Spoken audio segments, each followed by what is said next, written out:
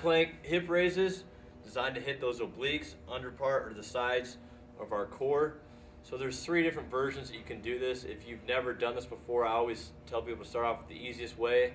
Start off with the first modification and then work your way up. I'll show you all 3 real quick. So you're gonna stack your shoulder over your elbow, so your elbow is not far out away from that shoulder. It's shoulder right over the elbow.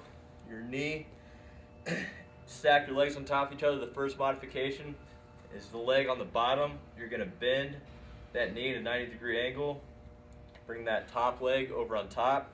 Our hips are stacked, our legs are stacked on top of each other. My hips aren't rolled back, not rolled forward.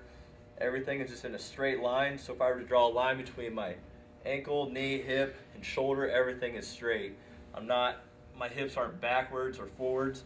Everything is just nice and straight. So for the first modification, hand on your hip, you're gonna drive through with that knee, squeezing that, so we're on our left side, we squeeze that left oblique at the top, coming back down, driving through that left knee, coming up again, and squeezing at the top. So that'll be the easiest version of this exercise.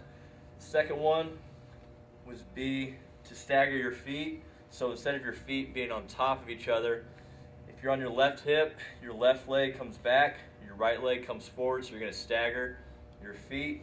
From here, it's the same thing. Right hand on the hip, bridging up, squeezing that left side, exhaling at the top. You're gonna lower, you don't wanna rest at the bottom. Right before that hip on the bottom touches the ground, you wanna come back up, you're gonna squeeze that oblique.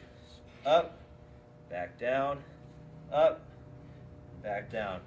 Finally, most advanced version is gonna be just your feet stacked on top of each other.